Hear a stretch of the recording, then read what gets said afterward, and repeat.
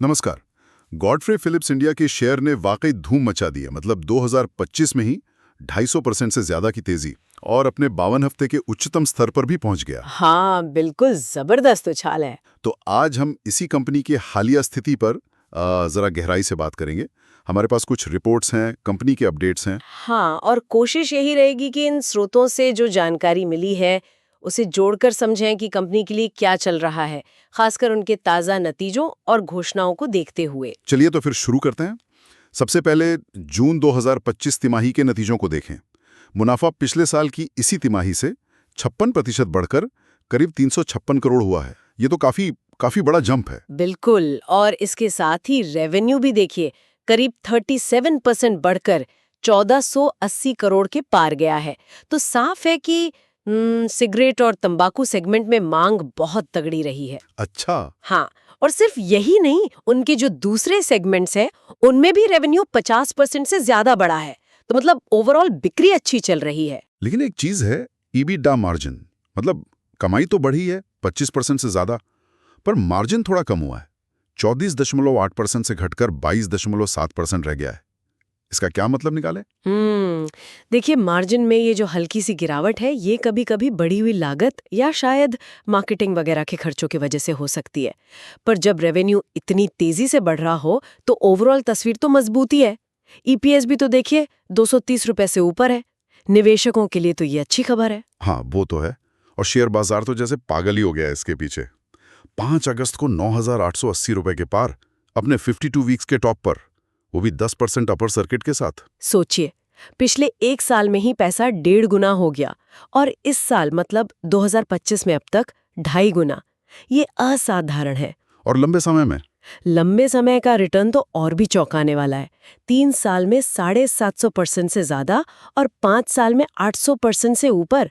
Company का market cap अब 51,000 करोड़ के पार है। अच्छा, पी वगैरह कैसा है? पी रेशियो करीब 48 का है, जो सेक्टर का औसत है लगभग 54। तो उसके मुकाबले अभी भी शायद बहुत महंगा नहीं कह सकते। हाँ, पीबी रेशियो 8 से ऊपर है। ठीक है। नतीजों और शेयर की चाल के अलावा एक और बड़ी खबर आई है बोनस शेयर की। 2.1 का बोनस। हाँ, बिल्कुल। इसका मतलब है कि शेयर होल्डर्स को हर एक शेयर के बदले 2 नए शेयर मिलेंगे बिना कोई पैसा दिए। रिकॉर्ड डेट 16 सितंबर रखी है, पर अभी शेयर होल्डर और रेगुलेटर की मंजूरी मिलनी बाकी है। और ये बोनस क्यों देते हैं अक्सर? अक्सर बोनस शेयर से एक तो शेयर की लिक्विडिटी बढ़ जाती है, मतलब खरीद फरोख्त आसान होती है, और दूसरा, दाम कम दिखने से छोटे निवेशकों के लिए ये ज्यादा पहुंच में आ जाता है। इसके लिए वो अपनी ऑथराइज्ड कैपिटल भी बढ़ा रहे हैं, 25 करोड़ से 50 करोड़ रुपए। और बोनस के साथ साथ डिविडेंड भी है, 60 रुपए प्रति शेयर का फाइनल डिविडेंड। हाँ जी, वित्त वर्ष 2024-25 के लिए इसकी रिकॉर्ड डेट 22 अगस्त है। मौजूदा भाव पर देखें तो करीब 1% की यील्ड बनती है। शेयर होल्डर्स के लिए डबल खुशी की बात है। अब जरा शेयर होल्डिंग पैटर्न पर भी नजर डाल लेते हैं। जून 2025 तक प्रमोटर्स के पास 72.58% हिस्सेदारी है। ये तो स्थिर है। इसमें फिलिप मॉरिस का भी हिस्सा शामिल है ना? हाँ, 25.1% फिलिप मॉरिस का है। पर दिलचस्प बात यह है कि एफआईआईज यानी विदेशी निवेशकों ने अपनी हिस्सेदारी थोड़ी कम की है, अब 9.32% है। लेकिन डीआईआईज मतलब अपने घरेलू संस्थागत निवेशक, खासकर म्यूचुअल फंड्स, उन्होंने हिस्सेदारी बढ़ाई है, अब 3.8% हो गई हैं। तो इसका मतलब है कि घरेलू फंड ज्यादा बुलिश हो रहे हैं। हाँ, कुछ ऐसा ही लगता है। शायद उन्हें कंपनी के भविष्य पर ज्यादा भरोसा दिख रहा है। और बाजार के एक्सपर्ट्स क्या कह रहे हैं? ज्यादातर तो तेजी ही बता रहे हैं। हाँ, ज्यादातर एनालिस्ट बुलिश हैं, टेक्निकल चार्ट्स पर ब्रेकआउट की बात कर रहे हैं।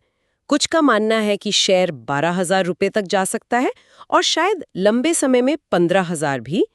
नीचे की तरफ 9,600, 9,700 और फिर 8,700, 9,000 रुपीस पर सपोर्ट देख रहे हैं। लेकिन क्या सब एक ही राय रखते हैं? नहीं, यही एक पेंच है। कम से कम एक एनालिस्ट ऐसा है जिसका टारगेट सिर्फ 5,340 रुपए है। ये मौजूदा भाव से बहुत नीचे है और बाकी सबकी राय से बिल्कुल उलट। ओहो, ये तो काफी बड़ा अंतर है। हाँ, तो ये सोचने पर मजबूर करता है कि कहीं बाजार किसी जोखिम को अनदेखा तो नहीं कर रहा। और जोखिम की बात आई है तो हाल ही में वो सेस वाली खबर पर शेयर गिरा भी था ना, करीब 2%? बिल्कुल सही। सिगरेट पर सेस बढ़ाने की जैसे ही खबर आई, स्टॉक नीचे आ गया। ये दिखाता है कि कंपनी पॉलिसी बदलावों के प्रति कितनी संवेदनशील है। टैक्स या रेगुलेशन में कोई भी बदलाव सीधा असर डालता है। हाँ, तंबाकू सेक्टर में ये तो हमेशा ही रहता है। बिल्कुल, ये एक बड़ा जोखिम है। अच्छा, चलते चलते कंपनी के बारे में थोड़ा बता दें। ये के मोदी ग्रुप की कंपनी है, एफएमसीजी सेक्टर में है। इनके main brands Four Square, red and white cigarette हैं। मार्लबोरो भी बनाते हैं लाइसेंस के तहत। हाँ, और इनका रिटेल बिजनेस भी है 24/7 स्टोर्स के नाम से। भारत के सिगरेट बाजार में इनका हिस्सा करीब 14% है। और एक बहुत जरूरी बात, ये कंपनी लगभग कर्ज मुक्त है। ये एक बड़ा प्लस पॉइंट है। हाँ, ये तो है। हाल में मैनेजमेंट में भी कुछ बदलाव हुए हैं। जी, कुछ सीनियर लोग रिटायर हुए, नई नियुक्ति हुई है और कंपनी ने अपनी ESG रेटिंग और दूसरी कंप्लायंस रिपोर्ट भी जमा की हैं। तो कुल मिलाकर तस्वीर तो काफी अच्छी दिख रही है।